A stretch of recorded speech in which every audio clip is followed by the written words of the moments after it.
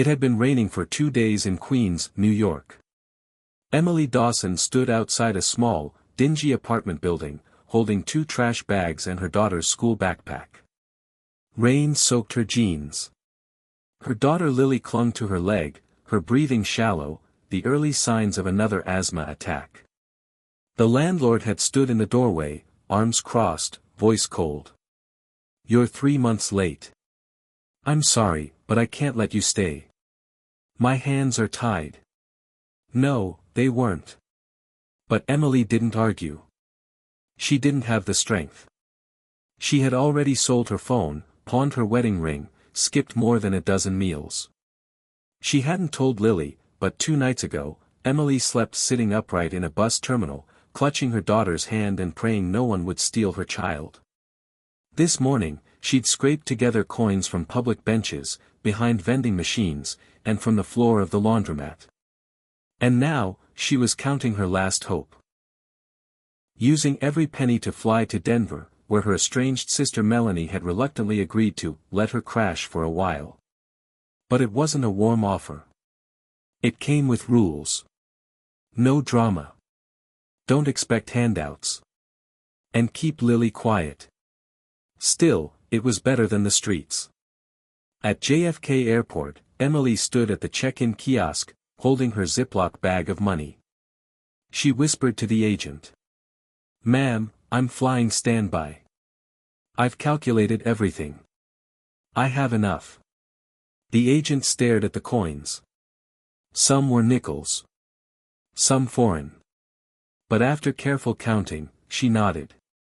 "You're just barely there, ma'am, $116.50. Just enough for tax and fee." Emily nodded, her throat tight. Lily, her 7-year-old daughter, tugged at her sleeve. "Mommy, will we eat on the plane?" Emily forced a smile. "We'll have a big meal when we land, sweetheart." She didn't mention that she had only $3.12 left. On the flight, Emily and Lily were placed in the very back row. The seats smelled faintly of old coffee and Lysol wipes. Lily curled up by the window and coughed softly. Next to them was Vincent Carr, tall, slick-haired, perfectly groomed, wearing a Rolex and designer shoes. As Emily pulled out Lily's emergency inhaler and softly rubbed her back, Vincent leaned slightly away, irritated. A flight attendant passed, and Emily politely asked.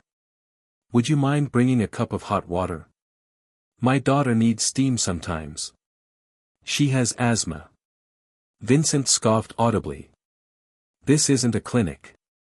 Emily looked down, cheeks burning. A few minutes later, he muttered under his breath. "Shouldn't people like that take the bus?" Emily blinked back tears. Lily didn't hear him. Thank God. As the plane ascended, Emily stared at the clouds. She wasn't thinking of Denver. She was thinking of all the silent heartbreaks she had lived through. The moment her husband, Mark, left, slamming the door with the words, "I didn't sign up for a sick kid and a broke life." The night she took Lily to the ER with no insurance and was asked to wait 5 hours, until her daughter almost stopped breathing. The morning she walked Lily to school in the cold, telling her their broken heater made the apartment adventurous. The day her mother died while Emily was working an extra shift, too tired to say goodbye. The grief never ended. It just got quieter. Heavier. Mid-flight, turbulence hit. Drinks spilled. A child screamed in row 12. Emily instinctively wrapped herself around Lily and closed her eyes.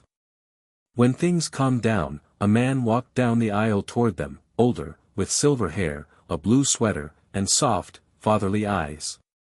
"Are you two all right?" he asked gently. Emily looked up. "Yes, thank you." He smiled. "I noticed earlier, the coins. And the little one coughing." Emily lowered her gaze, embarrassed. "I'm not here to pity you," he said. "I just want to say, you're strong. I've been low too. I know what desperation looks like." He knelt beside her row. Can I buy you both a warm dinner when we land? Before Emily could answer, Vincent spoke up from beside her. Of course. Here comes Saint Charity. She's probably going to ask for rent next. The old man turned slowly to Vincent and said. Son, some people build walls to keep others out. I prefer to build bridges. Which one are you? Vincent scoffed and put his headphones on. The old man turned back to Emily. I'm James Whittaker. Used to be a surgeon. Now I just try to help where I can. Emily, speechless, nodded slowly. I'm Emily. This is Lily. He smiled warmly at the sleeping child. You've done more than most parents ever will. Don't let anyone tell you otherwise. Just as the plane began its descent, Vincent suddenly slumped forward, eyes rolling back, clutching his chest. A panic broke out. Heart attack, a flight attendant shouted. We need help. James sprang into action. He ordered oxygen, helped perform compressions, and guided the team calmly, like he'd done it 1,000 times. Emily stood up too, helping hold Vincent's head and whispering reassurances despite his cruelty earlier. When Vincent was finally stabilized, the plane landed with applause for James. Emily looked at him in awe. You saved his life. James shrugged. Saving someone isn't about who they are. It's about who you are. At baggage claim, Emily was sure James would walk away, maybe hand her some money and disappear. But instead, he said. I run a foundation. My wife passed away 5 years ago. She used to work with single moms. We started something in her name, housing, job training, and scholarships. Emily's eyes widened. You want to help me? He smiled. I want to invest in someone who refuses to give up. And who's already done the hardest part, surviving. Emily broke down in tears. Right there on the airport floor. 2 months later, Emily was working in the foundation's daycare. She had her own room in a shared women's home, safe, clean, peaceful. Lily had new friends. Her asthma was better. She laughed again. One evening, as she tucked Lily into bed, Emily whispered. I thought life was over on that plane. But someone saw us. Someone believed. Lily blinked up at her. You never gave up, Mommy. That's why we're here. Months later, Vincent Carr showed up at the foundation with cameras, offering a donation for PR reasons. James refused. Real change doesn't come with hashtags and photo ops. It comes from the heart. And he gave the spotlight to Emily, now the new director of women's outreach at the foundation. At JFK 1 year later, Emily saw a woman at the counter, young, panicked, counting coins just like she had.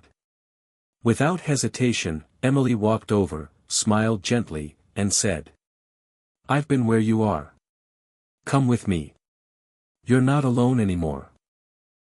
And she paid for the woman's flight. Not with charity. But with hope repaid. Behind every quiet mother is a storm she fought alone. Behind every child is a woman who cried herself to sleep, and still got up smiling. Sometimes, all it takes is one stranger. To give that fight a future worth flying toward.